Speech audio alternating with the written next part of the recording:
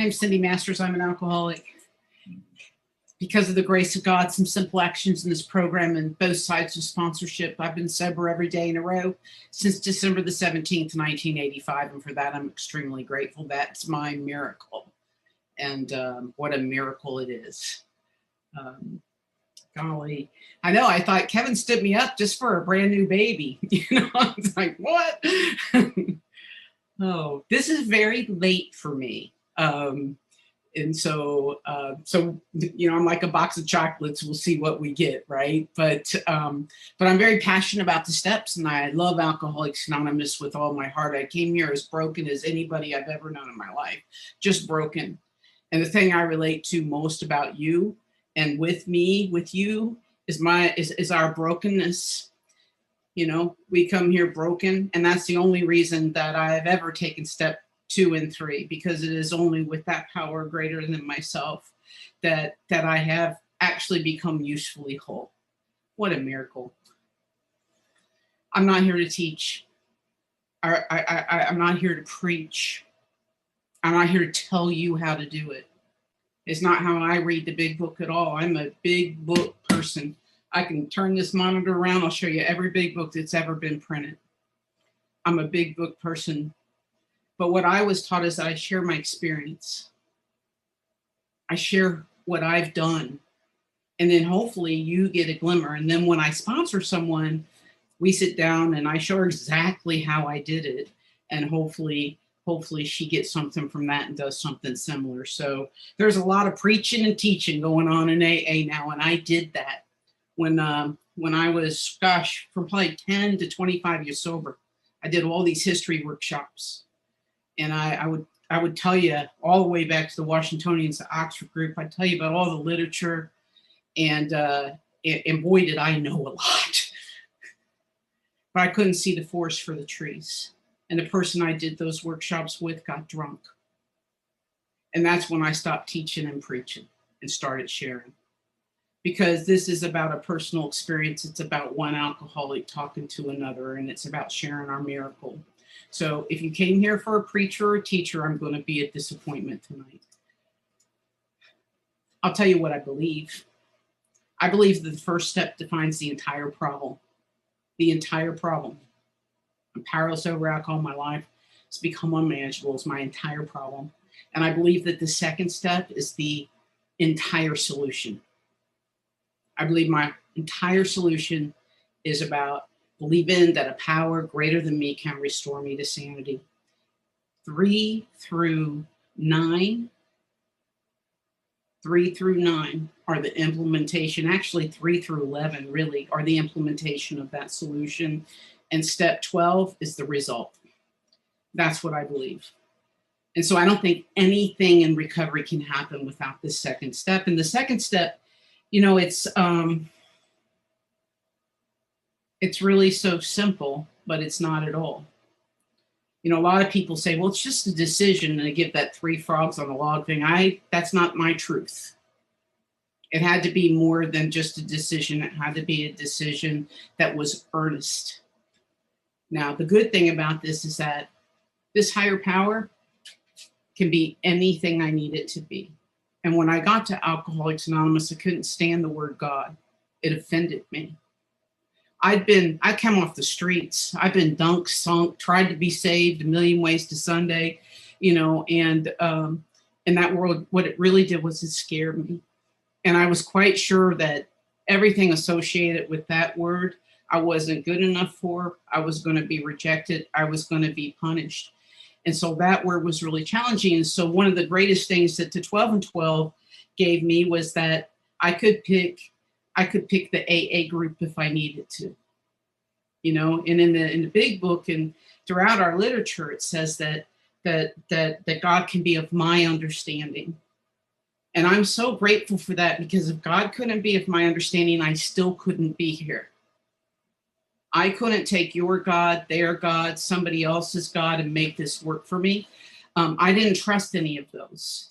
And for me, the second step is about belief. And the third step's about trust. So in order to move from the second step into the third, I've got to get some trust in something bigger than me. And in the beginning, if you are new, which I kind of have a feeling we probably don't get a ton of brand new newcomers here, but if you are new, it's like, this is where it's not perfect.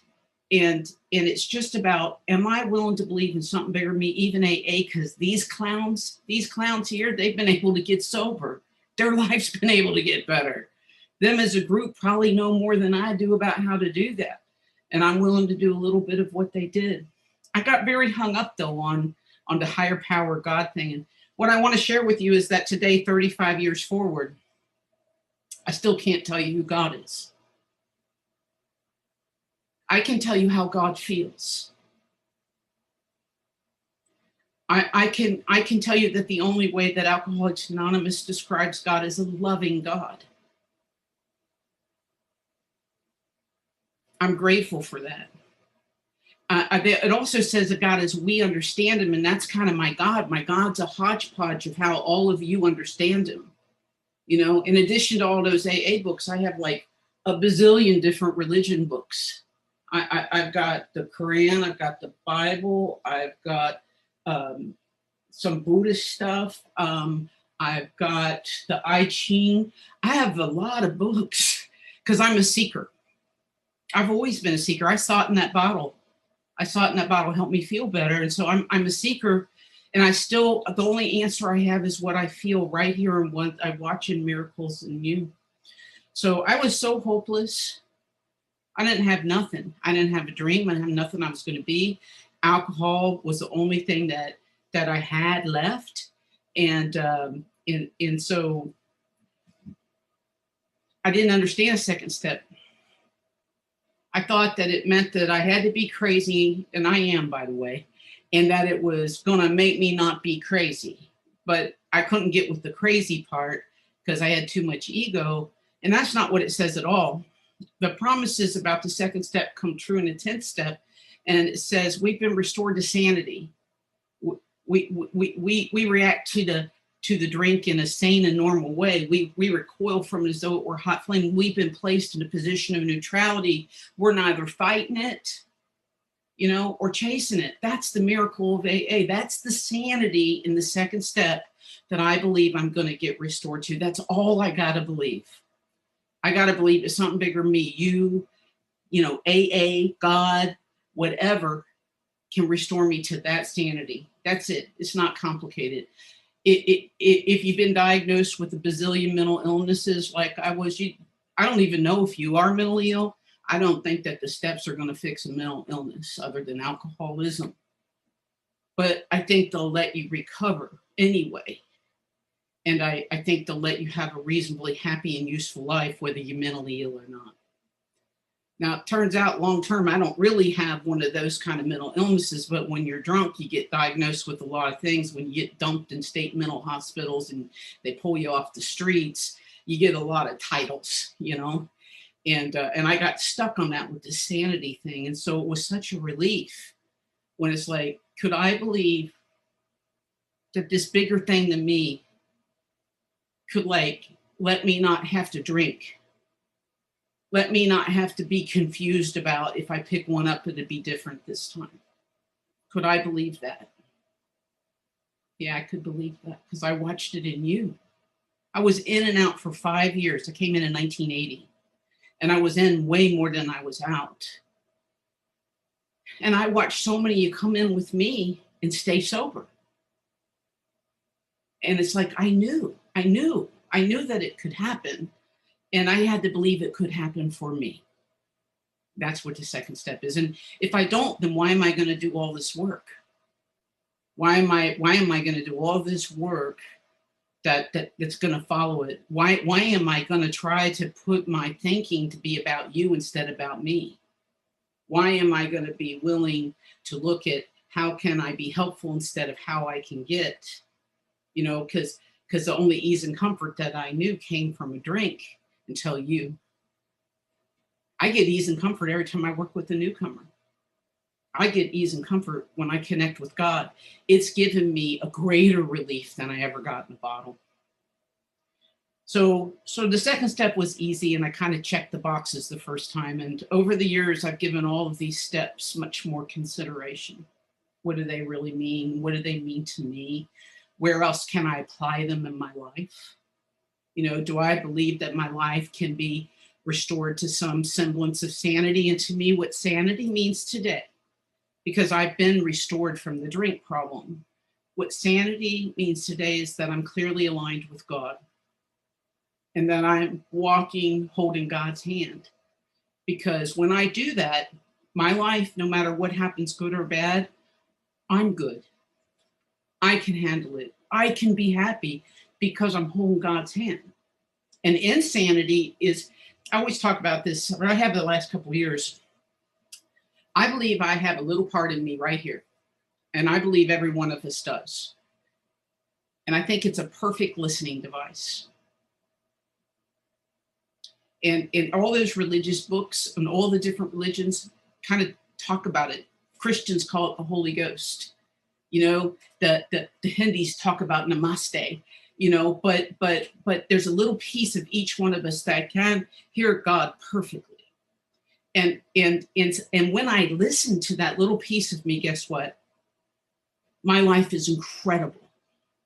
And when I override it, usually because that looks sexy over there. And this is saying, no, don't go there, don't go there. Well, but that looks sexy over there. You know, so I override it, and it always is a disaster, right? I never am happy, and I never feel good, even though it's the part that says go for it. So to me, what the third step is about is my beginning of learning how to connect, of how to communicate with God. Now, I don't really learn this art until I get to 10 and 11. But the third step is I'm saying I'm willing to learn it. I believe that there's that there can be a connection with me and this great big giant loving power, however you need to describe it. For me, if it wasn't going to be great big giant and loving, it wouldn't work for me. If it was little, if it was in a box, it's what the big book says. The big book says it's an infinite God, and I'm finite. So if I'm finite and it's infinite, how could I possibly box them up? I can't. Some people can, and it works for them, and I'm not against that, and I am not criticizing you. But this is how my crazy brain works. It's like I needed a God so big, because I was so broken.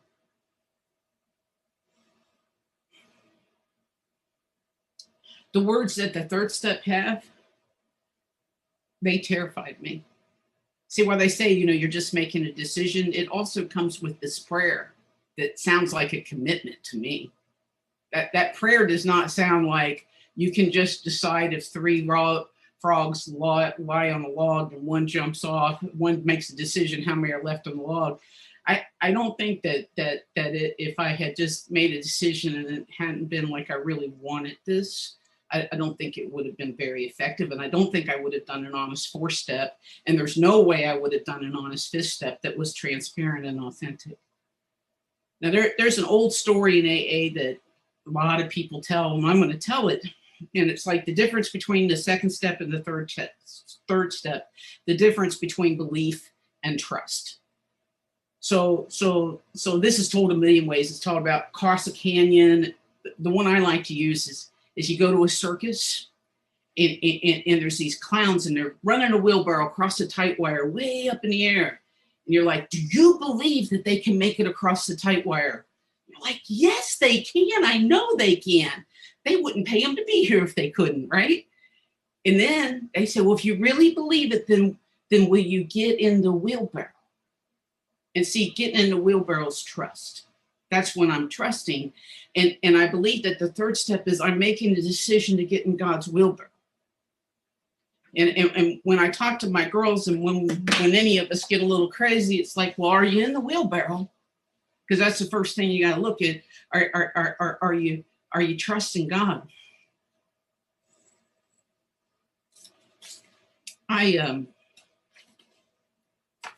It's really hard for me to describe how freaking broken I was when I got here. and how angry I was and how foul I was. But I was those things. You know, I used a vocabulary that separated me from you. And because it separated me from you, it separated me from God. And I used my anger like a shield because I was so frightened, but I didn't think I was afraid. I didn't even know what fear was because I couldn't be vulnerable enough to even know that I had it. It would have made me very vulnerable in the streets and institutions that I lived in. And so I just, I was just broken. And I thought I was broken beyond repair. And I was so afraid to try this walk with like, God, I offer myself to you to build with me and do with me as you will. Relieve me of the bondage of self that I may better do your will. I was so afraid because I didn't know what God would turn me into. I didn't know what God's will for me would be. And the only reason that I could take this step to a God I didn't really believe in and I didn't really understand and I couldn't define and I still can't define, the only reason I could take that step is I was desperate. I was desperate. Whatever God was going to want for me had to be better than what I had for me. And if I worked the rest of the steps and it didn't work, I was done with this God thing. I think that's making a decision. I'll make a decision that I'm going to trust God, and then I'm going to work the rest of these steps. And if they don't work,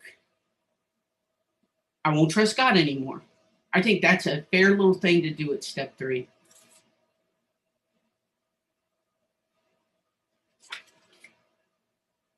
It talks a lot before we take step 3, and there's a lot in We Agnostics, and there's a lot of really cool stuff in the big book. But for me, I didn't relate to We Agnostics. I could barely comprehend something I read for 5 minutes. So what I related to is I didn't trust or believe God, and I was broken beyond repair, and that my big job was to take a leap of faith and say, I'm going to trust God enough to work these steps. And that's what I think the 3rd step is. That's why it's immediately followed with action. And that action, what it's done for me over years, is it's shown me how big God is. Now, I'm going to share with you some of the sober times that 2 and 3 have come in, because this is not a one and done deal for me. It's just not, because life keeps happening. And how do I put these principles and these steps on my life? What happens when life is so big and so overwhelming that I'm nuts and I don't know what to do? Well, I have to believe that if I go to God, God will give me direction and it can get aligned. And I end up doing that later in 10 and 11. When I was 12 years sober, I had a highway motorcycle accident and I got drove over by a car while I was laying in the middle of the highway. And I lost everything I owned. I wound up on food stamps and Social Security, disability. I had a traumatic brain injury, spinal cord injury. I had all the things. And nobody expected me to function again. And what was going to be of my life? See, it was like being a newcomer, except that I wasn't drinking. It's just my life had been stripped from me without my permission, sober. So what's going to become of me? And you guys ignited it, because see, you're always where I connect with God. And what you did was you brought me new girls, and you brought me new girls that felt sorry for themselves. And I couldn't do much, but I would have a seizure, and those new girls would feel better. And what came from that is a connection with God, because people came to my house and they felt sad, and they left my house and they felt happy. And I began to feel useful. And through that, I began to believe, like it talks about in the 2nd step, that my life could be restored to something useful. I did not know what, but that I could still be useful, because see, as long as I'm useful, I have a life worth living. Now, I didn't understand that when I was new, but that has been my truth since I've been sober for a while. And the 3rd step was making a decision to connect with God and try to be everything God would want or have me be. And my sponsor always says, Cindy, go show God off. Go show God off. Well, I would spend the next 6 years not having this amazing life, but going through cancer, going through, falling through my attic, breaking my neck, being paralyzed from the chest down. I went through a lot in a 6-year period sober, but I walked hand in hand with God. And what I find is that it's those walks in the dark, if I'm willing to hold hand in hand with God, and I am willing to be open, what he said in that prayer before we started, am I willing to be open to a new experience when it doesn't look the way I want it to? Man, you know, you got a brain injury, you got a spinal cord injury, you're on food stamps, Social Security, disability, and am I willing to trust God to have a new experience, and that somehow, some way, there'll be a purpose in my life, and that I can live usefully whole. So for me, that's the application of the third step in longer recovery. Now, I will tell you that I have an amazing, incredible life, and that after all of that, I'm successful in every way known humanly. You know, I have businesses, I have stuff. Who cares? What I have is you. And what I have is purpose. And I spend more time doing AA and helping women in AA than anything else in my life. Because of that, I have this crazy, awesome life. And I made room for God to work. See, I partnered with God after that wreck, because God's not going to just pick me up and do it for me. My partnership with God was that when things weren't going my way, and he gave me an opportunity to be useful, even though it was kind of pitiful, having a seizure, because it gave new girls something relative. They would be whining about their boyfriend, and they would feel better because I had a seizure. It would put their problems in perspective. My partnership with God was that I let it be enough. I let it make me useful. I didn't demand, God, this isn't what I'm supposed to look like spiritually useful. I didn't demand my life needed to look different. I let it be enough. And the truth is, how lucky am I? Because I have you guys. And, you know, I was in the hospital so many times. I've had so many surgeries, and so many people don't even get a visitor. I would send my flowers down the hall because there was no room to put all of them from you all. You know, I mean, it's like, how blessed am I? Because no matter what I go through, it's not nearly as bad because I have you, and you're my window to God. You are my window to God. And you know, we talk about the spiritual malady, and the spiritual malady is what? It's anything that separates me from you or God. Because when I start to get separated from you, I don't have tolerance of you. I won't be near you. I can't get near God. That took me a long time to wrap my head around. A long time. It's very hard to talk about step 2 and 3 for an entire hour, in my opinion. I could talk about 10 and 11 for about 5.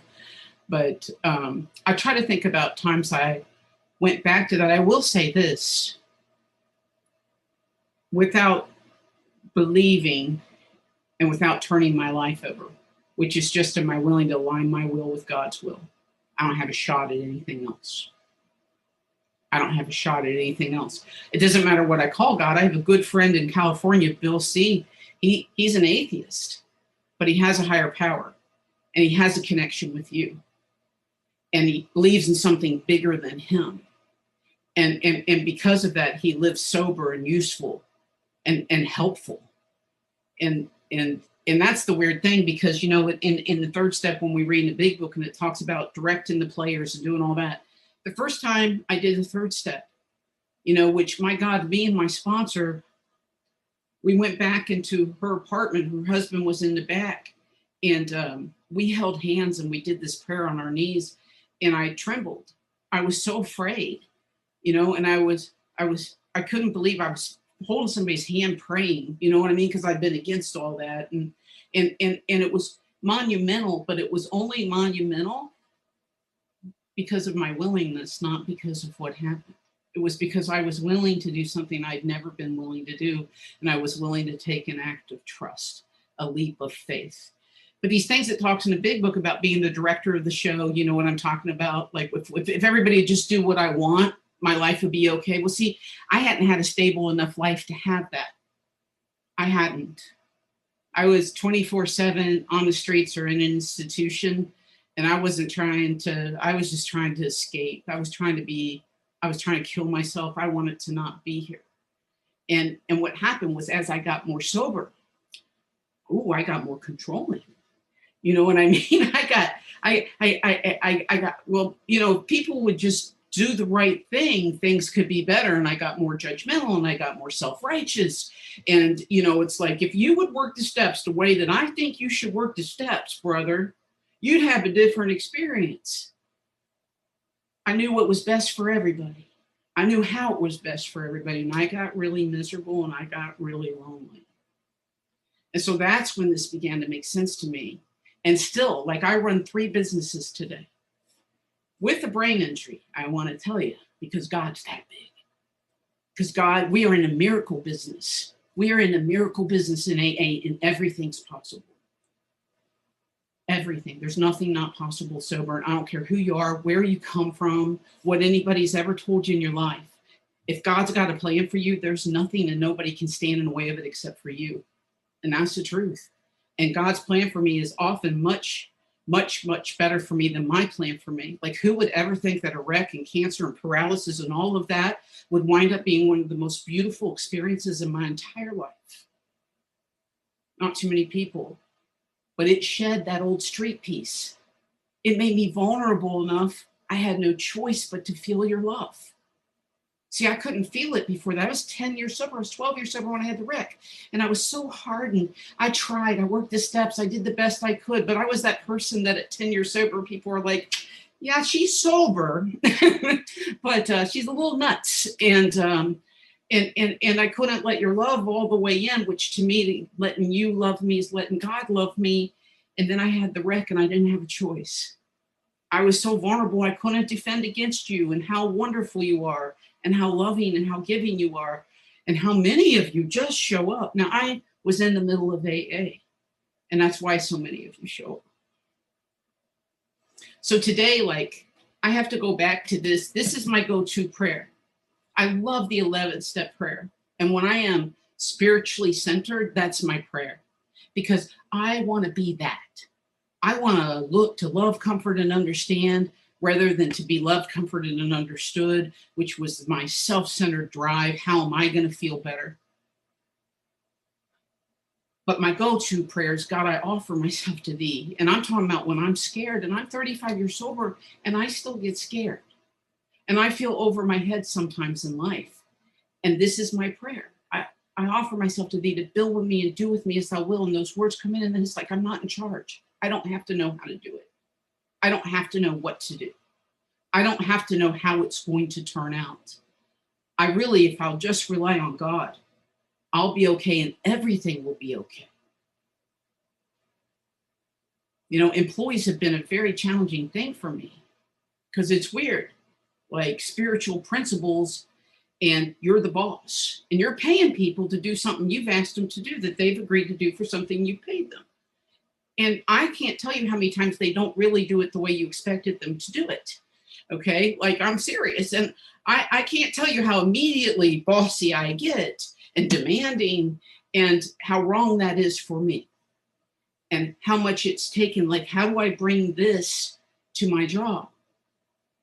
How do I bring love and tolerance? How do I bring God's in charge, not me, even in a business they say I own? This prayer, that's my only chance. It's my only chance. And also not being concerned with the result, trusting if this business goes away, just like my business went away when I had the wreck, God will take care of me. I was so happy on food stamps and Social Security disability. I was so happy. You know why? My life was so simple. And the simpler my life is, the closer I am with God. That's just the truth. And I'm in a process right now of how can I shed some of this responsibility and worldly stuff so I can be more present with you and more connected with God. The COVID's been great for me. I know a lot of people, COVID's just been really hard. And I'm not saying it hasn't ever been hard. It has been, but the reason it's been great for me is it's forced me to get still. See, before COVID, I was speaking at conferences all over. I'm speaking at conferences for work. I'm speaking at conferences for AA. I'm running businesses. I'm sponsoring women. I'm bump, bump, bump, bump, bump, all in the name of God and service and doing the right thing. And I was so busy, I couldn't breathe. See, I couldn't breathe, and I couldn't feel God. And see, this COVID has sat me, this is my little room. It's my office. I spend 10 hours a day here. I work and run my businesses from here, and I do AA here. And in the morning, I'm in my living room, and I've taken up Native American flute during this COVID, because that's just what kind of came to me. And I've taken it because it helps me focus on breath and not me. See, I can't pray. I can't connect with God if I'm focusing on me and what I need and how I need it and yada yada. But when all I focus on is breath, and really to do decent with flute, it's about the level of your breath, right? And then it really gives God a chance to come talk to me. And my listening skills in this part are so much better. And my connection with God is the best it's ever been. But I had to, at the beginning of this COVID, is when I got afraid, if I'm going to lose my business, I'm going to be broke, I'm going to be back there. I had to get back to, I don't get to line it up. I don't get to put the players and the plays in place. You know, my big one that bites in my ear now is like, what about your retirement? Are you going to have enough? The fact that I even can have a thought about retirement is a flipping miracle, you know? And it's like, I mean, really, and you know, right now, my neck, you know, I had that big break, and it's all artificial, and I'm going to need a surgery pretty soon, and its chances are to be challenging,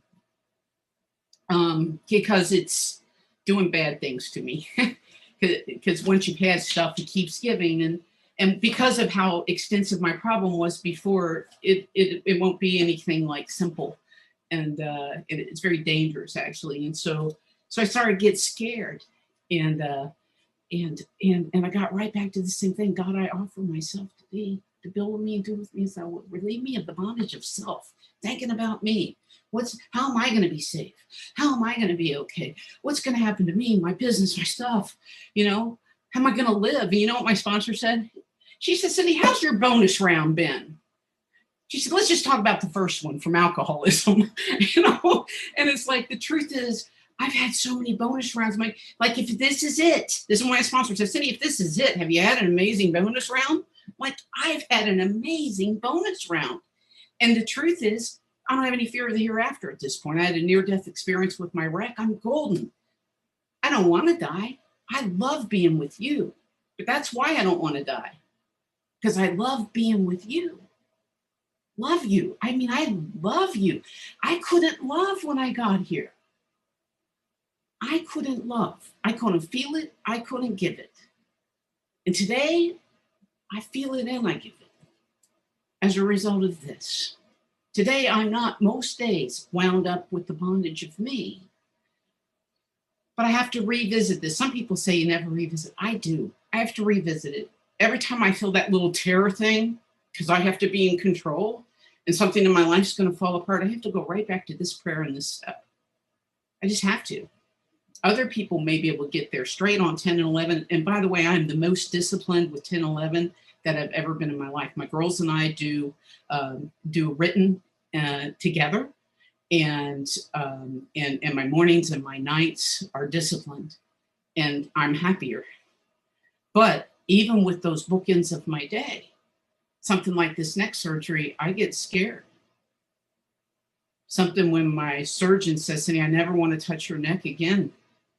I was in the hospital 3 months. I stand and walk, you know, and so I go like, oh, and in 10, 11, I got to go back to 3. I got to go back to believing that no matter what happens, it's what's supposed to be, and it'll be okay. And that God has me, and that you know, I've been told I was going to be dead 3 times, and you know, you have this absolute letting go, and then it's okay, and then it's okay, and so I don't know that I don't know how well I've addressed this in a way that anybody really wanted me to, because it's late and I'm tired, and but I like to share how I live this stuff. I like to share with you, like, I've sponsored so many different kinds of women that, like, some women have had so much abuse in the name of religion that they kind of utter the word God and they had to cross their feet behind them in order to hold my hand and pray. And we had to change words up. And we did. That same person is like this devout religious person now. It's so funny, right? So I don't know what God has in mind for anybody, but I know that all that this step takes is an ounce of willingness. And all it takes for me as a sponsor to do this step with somebody is not to make them do it my way. Is to say, all you've got to be willing to do is believe and to trust that this bigger, better thing that's worked for all of us can work for you if you'll take the rest of these steps. That's my job for me as a sponsor, not to do what it says right before this, which is direct the players, have them do it my way. There's a lot of that going on in AA right now. That's not my job. My job is to lovingly share my experience, take them through and meet them where they are, because we are all broken. I'm not broken today. I realized that about 2 years ago. I'm not broken. Like, I was so broken, you guys. You know, I was in over 25 institutions, including state mental hospitals. I lived on the streets and I did all the bad things you do there. You know, I did all the things. I had all the kinds of abuses. I had all of it. I was so broken. And I'm whole. And the thing that really makes me whole, here's the thing, I didn't know that this was it, is my capacity to love and feel love, because I couldn't. And that's broken. That's broken. Mother Teresa could not have made me feel loved on the streets or when I got to AA. There was no love big enough for me to feel, because my hole could only be filled by God. And I was so afraid of God. I just needed a little introduction.